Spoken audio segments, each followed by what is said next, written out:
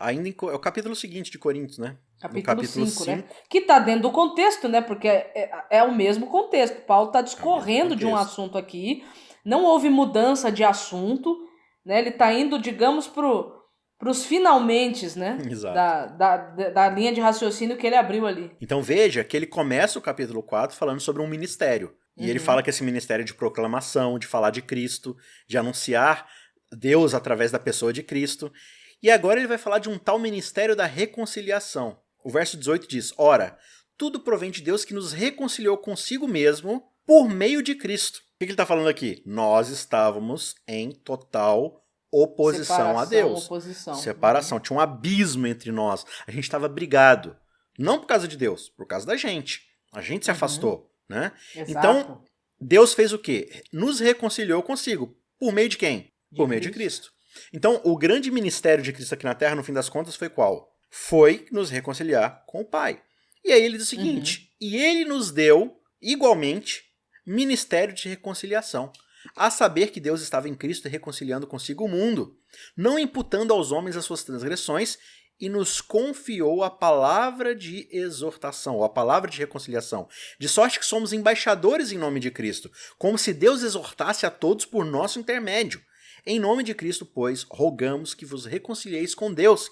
Aquele que não conheceu o pecado, ele o fez pecado por nós, para que nele fôssemos feitos justiça de Deus. Interessante aqui, né? Sinistro, na verdade, né? É uma Porque fala responsabilidade de. gigantesca, né? Sim, e fala de exortação, né? Parece que essa palavra ela caiu meio de moda hoje no cristianismo, né? Parece que você não pode mais exortar as pessoas, né? Porque parece que o evangelho hoje tá diferente, né?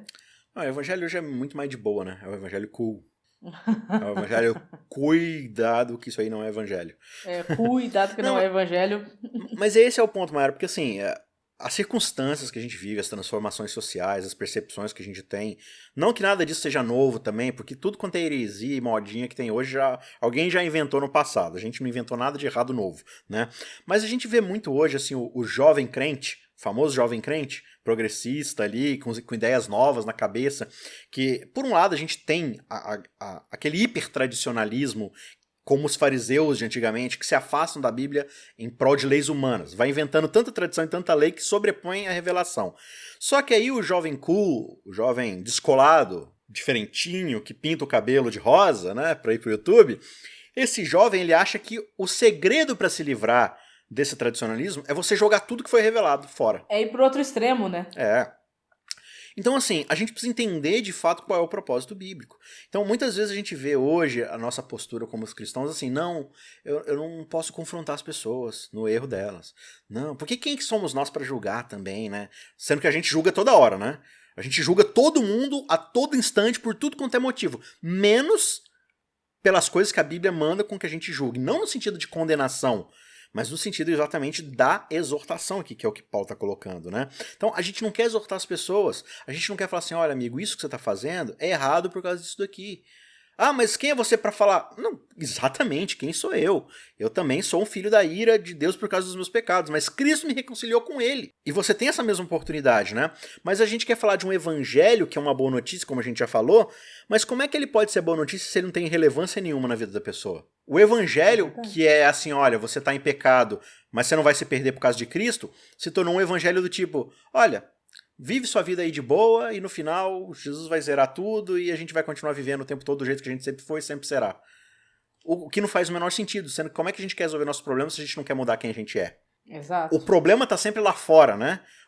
Tipo assim, não, ninguém precisa mudar nada do que tá fazendo. E o mundo precisa se tornar um lugar melhor. Cara, mas como? Como o mundo vai ser um lugar melhor se todo mundo vai continuar fazendo o que sempre fez?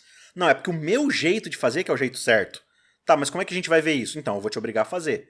Na base da porrada, da coerção, né? Da pancadaria. Uhum. Então, assim, esse evangelho, esse ministério da reconciliação, não é tipo assim, não, a gente tem que se reconciliar com as pessoas, tipo assim, eu tenho que estar de boa. Eu não posso, tipo, me indispor com as pessoas. É claro que você não vai sair por aí brigando. Não, não é esse o ponto. Mas a reconciliação Sim, aqui é de reconectar as pessoas com Deus. E como é que a gente sim. faz isso? Pois é, através da proclamação do Cristo, né? Mostrando como Cristo fez. E aí, claro que você pode ajudar as pessoas a se reconciliarem também, porque afinal de contas, né, você encontra também Jesus fazendo isso, né? Eu acho uma das cartas mais bonitas que eu acho na Bíblia é a carta de Paulo para Filemon. Você vê claramente ele ali se envolvendo num problema que, absolutamente falando, ele não tinha nada a ver com aquilo, no sentido de não foi ele quem causou, mas ele se interpõe entre duas pessoas que eram comuns a ele, né? Porque eram filhos na fé dele, e ele se interpõe para tentar resolver um conflito entre eles, né? Então ele não se interpõe para jogar lenha na fogueira, para jogar gasolina no fogo. Ele se interpõe para tentar resolver o problema, né? Então ainda tem muita gente no mundo aqui, de acordo com esse texto, que ainda está não reconciliado com Deus. O nosso papel não é se colocar como porteiro do céu e dizer quem entra e quem não entra. O nosso papel é tentar colocar trazer o máximo de gente possível para o lado de cá do portão, não para o lado de lá.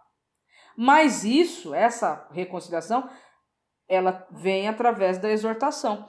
E na exortação você aponta, sim, o que está errado, mas você aponta não para condenar a pessoa, você aponta numa tentativa de que esse choque de realidade faça com que ela veja a sua necessidade de salvação. O ponto que ele coloca aqui é o seguinte, olha, ele nos confiou o ministério da reconciliação, por quê? Porque por um tempo determinado, ele diz no verso 19, Deus não está imputando aos homens suas transgressões. Ou seja, o fato de Deus não estar punindo ninguém é só misericórdia se estendendo para que tenhamos chance de nos reconciliar. Por isso que Deus está por meio de nós exortando o mundo. Então, voltando lá pro capítulo 4, né? Quando eu me calo e escondo o evangelho, não, eu não vou falar das coisas do evangelho, não, porque não é meu lugar dizer essas coisas. Eu estou privando as pessoas da reconciliação com Deus, né? Então, vai chegar um momento onde Deus vai trazer a cabo a justiça de trazer a cada um o resultado de suas transgressões. E aí, o que vai acontecer? As pessoas vão virar e falar assim, nossa, mas eu não sabia. Ninguém nunca me avisou. Por quê? Porque a gente permaneceu calado, porque a gente escondeu o evangelho, a gente pegou a luz e colocou debaixo do alqueire lá para esconder. Então ele termina dizendo, aquele que não conheceu o pecado, se fez pecado por nós, para que nós fôssemos feitos justiça de Deus.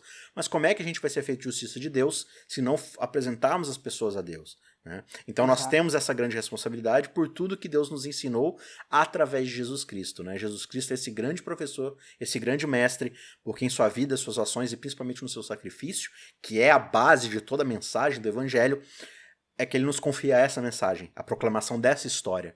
Né? E a gente não pode escalar, essa é a nossa responsabilidade. É isso aí. Então que Deus nos ajude, né?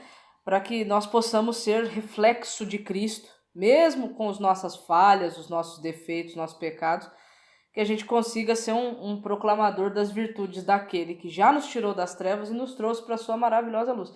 Veja, é as virtudes dele que precisam ser proclamadas através da nossa vida, não as nossas próprias virtudes. Exato. Então, se o evangelho que a gente prega está muito centralizado em nós, é um falso evangelho, é maldito, conforme disse Paulo lá em Gálatas 1. Então, que a gente possa realmente proclamar o verdadeiro evangelho, né, que é o poder de Deus para a nossa salvação.